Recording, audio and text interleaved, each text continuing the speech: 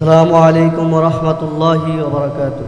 حامدا ومصليا ومسلما أما بعد فأعوذ بالله من الشيطان الرجيم.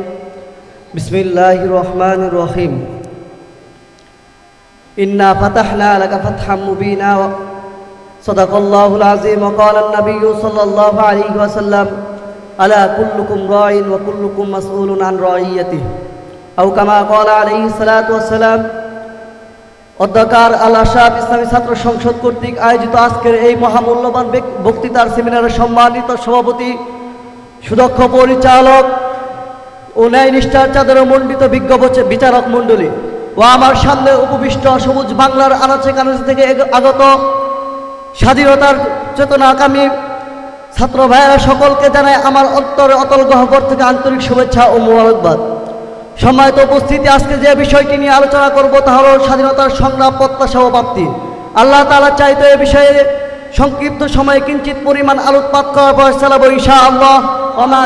আর দ্বিতীয়টা হলো পাকিস্তান, অর্থাৎ পাকিস্তান আবার দুইটা বিভক্ত হয়ে যায়, এক হলো পূর্ব পাকিস্তান আর হলো পশ্চিম পাকিস্তান।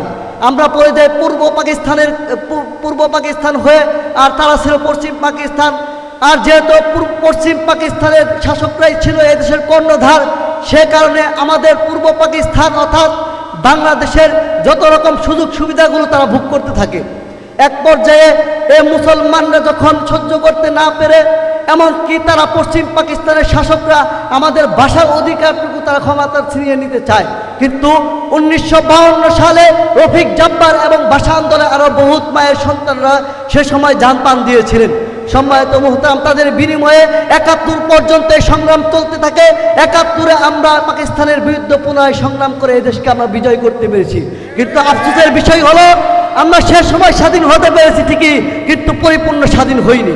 তার কারণ হলো স্বাধীনতার মুক্তিযোদ্ধাদের প্রত্যাশা ছিল এ দেশকে তারা এক সমুদ্র রক্তের বিনিময়ে অর্জন করেছে। এদেশকে তারা সবুজ সুন্দর একটি দেশ গড়ে তুলবে। এদেশের স্বাধীন মানুষ স্বাধীনভাবে কথা বলতে পারবে। এদেশের মজলুম মানবতার বিচার করতে হবে। এদেশের সকল প্রকার ন্যায্য বিচার করতে হবে। এদেশে অন্যায় অবিচার কোনো জুলুম নির্যাতন চলবে না। কিন্তু আফসোস হলো, তাদের প্রত্যাশা আমরা আজও অজরাই রয়ে গেল, তাদের প্রত্যাশা আমরা আজও পূরণ করতে পারিনি। তার কারণ হলো, আমাদের দেশে তাদের যে চেতনা ছিল অন্যায় এবং অত্যাচার থেকে সমাজকে মুক্ত করবে, সেটা আমরা আজও দূর করতে পারিনি। তার কারণ তারপর থেকে আজ পর্যন্ত 71-এর পর থেকে যত স্বৈরাচারী শাসকরা ছিলেন, সকলেই স্বৈরাচারী ছিলেন, কেউ তার থেকে ভালো ছিলেন না।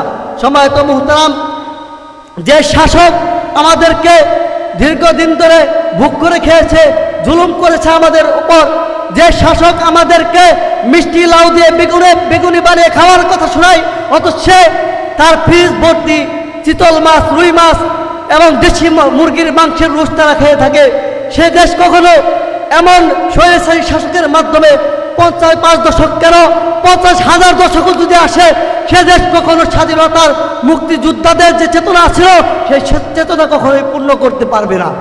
সম্মানিত মুহতারাম, এজন্য আমাদেরকে প্রয়োজন খেলাফত প্রতিষ্ঠা করা। খেলাফতের শাসন যদি আমরা প্রতিষ্ঠা করতে পারি, তাহলে সে আমাদের স্বাধীনতার মুক্তিযোদ্ধাদের যে প্রত্যাশা ছিল সেটা আমরা বাস্তবায়ন করতে সক্ষম হব, এই আশাবাদী আমরা রাখছি। সম্মানিত মুহতারাম, এজন্য আমাদেরকে সর্বদাই খেলাফতের শাসনের মাধ্যমে এই সমাজ থেকে জুলুম, অত্যাচার, নিপীড়ন, সকল প্রকার দুর্নীতির লুটপাট থেকে আমাদেরকে ধ্বংস করে দিতে হবে। এজন্য কাজী নজরুল বলেছিলেন, বাজিছে দামামা বাদরে আমামা শির উঁচু করে মুসলমান। আমাদের এখন যুদ্ধের জন্য প্রস্তুতি হতে হবে, খেলাফতের আসন আমাদেরকে গ্রহণ করতে হবে। এ বলে আমার বক্তব্য এখানে শেষ করছি। ওয়া আখিরু দাওয়ানা আলহামদুলিল্লাহি রাব্বিল আলামিন। আসসালামু আলাইকুম ওয়া রাহমাতুল্লাহি।